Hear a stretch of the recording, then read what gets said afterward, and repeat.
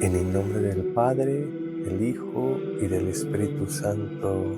Amén. Muy buenos días, hermanos. Que Dios haga brillar su rostro sobre ustedes como siempre lo esperamos de Él y que nos ilumine el camino para llegar al cielo. Hermanos, seguimos en esta serie de meditaciones de los ejercicios de San Ignacio Loyola. Hoy contemplamos la entrega número 28, la cruz y el pecado.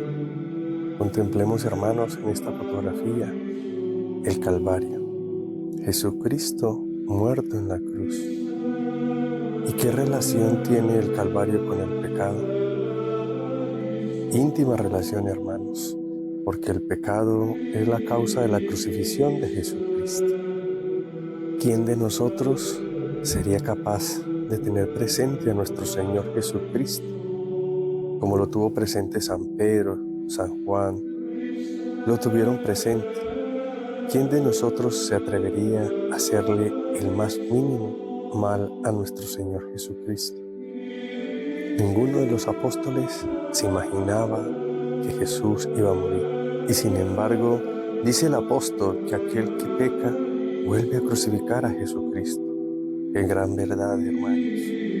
¡Qué gran verdad es esta! Lo hemos pensado, lo hemos meditado.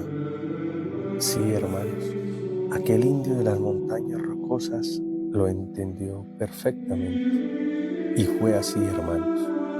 Un padre jesuita de nombre Desmetel, en el año 1842, durante 2 meses estuvo predicando a los indios de las montañas rocosas de Estados Unidos, los llamados cabezas planas. Les habló sobre Jesús, la cruz y la malicia del pecado. Pero después de 2 meses se tuvo que retirar. El cacique, muy agradecido por el bien que había hecho a la tribu, se presentó con sus mejores plumas colgantes en su pecho y le dice: Ropa Negra, gracias por enseñarnos a conocer al Gran Espíritu. Tú eres el único blanco que no tiene hendidura en la lengua, porque todos los blancos son mentirosos, engañadores, estafadores. Tú eres el único que nos has hablado y nos has dicho la verdad. Muchas gracias, Ropa Negra. Y emprendió el camino del sacerdote, y pasaron 20 años. Luego el misionero se encuentra con un indio de la tribu. Se saludan efusivamente y le dice el sacerdote: ¿te acuerdas, hijo, cuando los hombres blancos te vendían el aguardiente? ¿Cómo te emborrachabas y hacías grandes desmanes en la tribu? Sí, padre, me acuerdo y me da mucha vergüenza de eso, padre, lo siento. Padre, pero no me he vuelto a emborrachar. ¿Cómo dices? Lo que oye, padre, que no he vuelto a cometer ningún pecado mortal desde entonces. Hijo, ¿y cómo has conseguido esta gracia tan extraordinaria? Porque el padre no quería creer y no salía de su asombro que aquel indio que llamamos incivilizado saca de entre sus ropas un crucifijo de cobre que le había regalado este sacerdote, y le dice: Padre, ¿usted se acuerda este crucifijo que usted me regaló cuando yo me convertí? Sí, hijo, claro que me acuerdo de ese crucifijo. Y también, padre, usted me dijo que nunca cometiera un pecado mortal, porque aquel que comete pecado mortal vuelve a crucificar a Jesucristo. Padre, y yo le confieso que he tenido muchísimas tentaciones, pero muchísimas y muy fuertes, Padre. Pero cada que tenía esa tentación, sacaba mi crucifijo, lo miraba y lo besaba y le decía: Padre, es por ti. Yo no te puedo hacer esto, no te puedo crucificar de nuevo, Señor. Dame fuerza, Señor, para no caer en la tentación. El sacerdote no podía salir de su asombro. Pero ¿cómo es esto posible? Sin sacramentos, sin sacerdote, y durante tantos años, ¿y tú has podido estar en gracia de Dios? Sí, Padre. Pero lo que más me extraña es la pregunta, ropa negra. ¿Por qué el cuestionamiento? ¿Acaso los blancos son capaces de cometer un pecado mortal, sabiendo ustedes que aquel que comete pecado mortal vuelve a crucificar a nuestro Señor? Hermanos, reflexionemos. ¿Cuántas veces hemos crucificado a nuestro Señor? ¿Cuántas veces lo hemos lacerado otra vez? ¿Somos capaces? Sabiendo esta gran verdad, ¿serías capaz tú de volverlo a crucificar? Respóndete a ti mismo en tu interior, pero con una respuesta sincera de corazón. ¿Somos capaces de crucificar de nuevo a nuestro Señor Jesucristo? Pidamos, hermanos, a nuestro buen Padre Dios la fidelidad de contener la gracia santificante siempre en nuestra vida, siempre mirando la cruz, porque la cruz es el libro que nos enseña a vivir. Porque, hermanos, hay un gran argumento, muy grande. El pecado me priva de la gracia de Dios. Hermanos, y la gracia de Dios es el tesoro de los tesoros, el máximo, lo mejor, lo más exaltado que hay en el universo.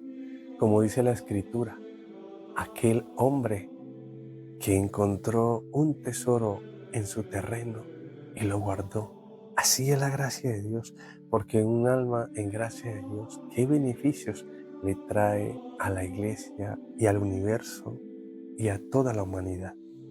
Muchas veces, hermanos, vemos la televisión y vemos y nos quejamos de las catástrofes que están pasando a nivel mundial, que los tifones, que los terremotos, pero no caemos en cuenta que el peor desastre, que la peor calamidad que puede haber es un alma estando no en gracia de Dios, estando en pecado mortal. Qué gran desgracia, hermano.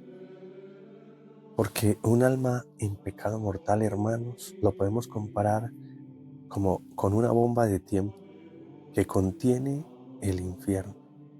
Mientras no choca con la muerte, esta bomba no produce su efecto, hermanos.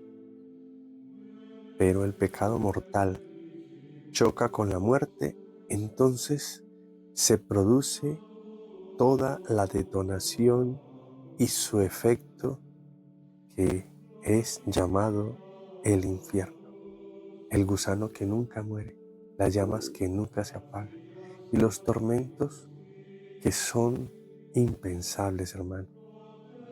En cambio, hermanos, una almita en gracia de Dios es vivir el cielo en la tierra. Sí, así como lo escuchamos, hermano. Nosotros podemos vivir el cielo aquí en la tierra, siendo amigos de Dios y cumpliendo sus preceptos, hermanos. Pero muchas veces, hermanos, caemos en el cumplo y miento. Hermanos, tenemos que experimentar la gracia de Dios, tenemos que experimentar el cielo aquí en la tierra. ¿Y cómo se experimenta eso? Con una entrega total, con una fe total, hermanos, porque la gracia de Dios no se limita, no tiene barreras, hermanos. Cuando estamos en gracia de Dios experimentamos el gozo, la gracia, la mansedumbre. Estas las cosas que no las da el mundo. Estas cosas son maravillosas y estas cosas solamente se experimentan cuando estamos en una plena confianza con nuestro Padre, cuando estamos en una entrega total, hermanos, porque si no, seguiremos en una religiosidad, en una mediocridad del cumplimiento, hermanos. Tenemos que pedirle a nuestro Padre Dios que nos ayude a quitar esas resistencias que no he querido soltar para llegar y ser uno solo con Él, experimentar el cielo aquí en la tierra, hermanos. También digámosle a nuestro Padre Dios en nuestra intimidad que nos aumente la fe, porque nuestra fe, hermanos, proyectada al futuro, es la esperanza. porque la fe, hermanos, es el paño de lágrimas aquí en la tierra. Y debemos apreciar, hermanos, como el mayor tesoro que tenemos, la gracia santificante. Que Dios los bendiga, hermanos, grandemente. Y acuérdense que un corazón agradecido siempre es feliz.